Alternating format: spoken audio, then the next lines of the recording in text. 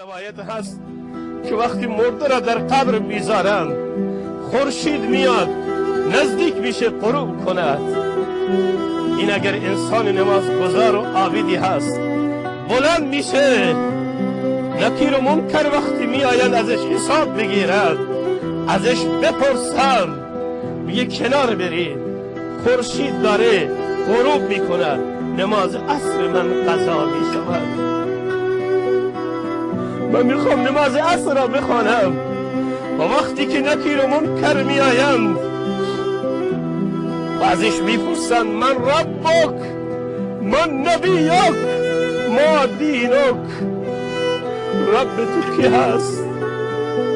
وقتی در دنیا با رب زندگی کرده است خداوند متعال بهش قوت میدهد تا جواب این سائلین را بدهد. ربی الله، رب من الله است. و وقتی میپرسم من نبیک، نبی شما کی هست؟ سبحان الله، الله مهربان صورت مثالی رسول الله صلی الله علیه و سلم را جلوی چشمش میاره و رسول خدا را گویا میبینه، میگه هذا نبی، هذا نبی، این پیامبر من هست. دینت چی هست؟ میگه دین من اسلامه. آخرین سوال میپرسند الله تعالی به شما عمری داد، عمر را چطور سپری کردی؟ این همه سوالات سختم. آسانی سوال ها در اینه که ما در دنیا مسلمان واقعی باشیم، عابد باشیم، خدا ترس باشیم، فرصتهای ما به سادگی از دست نره، شبهایی که الله تعالی به ما عنایت کرده برای استراحت در این شبها ما بلند بشیم، موقع اذان بیدار باشیم، صدای اذان صبح را بشنویم.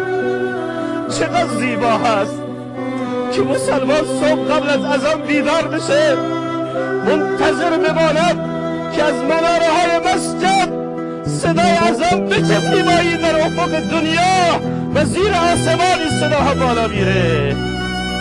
چقدر زیبا هست مسلمان وقتی شب بیدار میشه اسم خدا را بگیره، استغفار کند، وضو بگیره، 2 رکعت نماز بخوانه، دستها را به بارگاه الله تعالی بلند کنه تا این قلب برایش روشن باشه.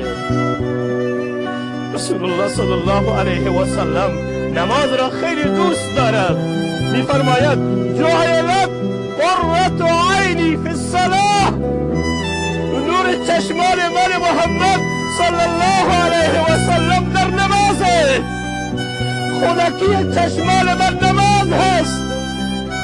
همین نماز هم نور این قبره. سعی کنیم انشاءالله درست زندگی کنیم تا آمدن ما راحت باشه، ماندن ما هم اینجا راحت باشه، وجود ما حتی در قبرستان هم برای سایر اهل قبور باعث رحمت بشود. جا داره در میان همه سروران از مولوی ابراهیم رحمت الله تعالی علیه هم من اینجا یادی کنم، اون کسی که با صدای زیبای خودش وقتی قرآن را تلاوت میکرد دلی نبود که به تکان نیاید، اون کسی که جوانی را با تمام مشکلاتی که در کنار بودم قربان این دین قرار دادم و دوست داشتم تا جوانها اهل مسجد و اهل نماز باشند. اون کسی که همیشه در کنار ما بود، قبل از ما آیات قرآن را تلاوت میکرد، در همین جمع هست، در همین قبرستان هست. وجود بندگان نیک الله تعالی موجب رحمته. دعا کنی خداوند متعال روح این عزیز ما را هم در نزد بهترین ارواح قرار بدهد. صلوات ختم فرمایید. اللهم صل على محمد وعلى آل محمد كما صليت على إبراهيم وعلى آل إبراهيم إنك حميد مجيد. اللهم بارك على محمد وعلى آل محمد كما باركت على إبراهيم وعلى آل إبراهيم إنك حميد مجيد. ربنا آتنا في الدنيا حسنة وفي الآخرة حسنة وقنا عذاب النار. ربنا آتنا في الدنيا حسنة وفي الآخرة حسنة وقنا عذاب النار. رب لا تذرنا فردا وأنت خير الوارثين. ربنا اغفر لنا ولإخواننا الذين سبقونا للإيمان ولا تجعل في قلوبنا غلا للذين آمنوا ربنا إنك رؤوف رحيم. اللهم اغفرهم وارحمهم وتجاوز عنهم. اللهم إن كانوا محسنين فزد في حسناتهم وإن كانوا مسيئين فتجاوز عن سيئاتهم. اللهم اجعل قبورهم روضة من رياض الجنة ولا تجعل قبورهم حفرة من حفر النيران.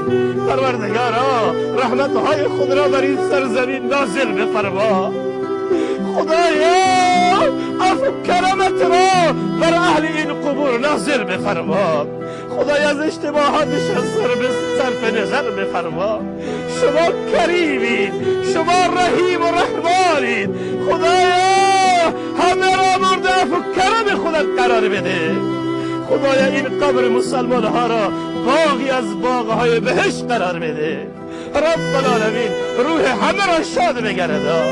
در ارواح طیبه تمام مسلمان هایی که وفات کردن رحمت های خود را سرازیر بگردان. خدایا همه را مورد لطف و کرم خودت قرار بده. خدای این عزیزی که ما در دامن رحمت های شما سپردیم، خدایا این زمین را برایش باغی از باغهای بهشت قرار بده. رب العالمین گدای بارگاه تو هستی. ما نمیدانیم فردای ما چطوره، مرگ ما به چه صورتی به سراغ ما بیاید.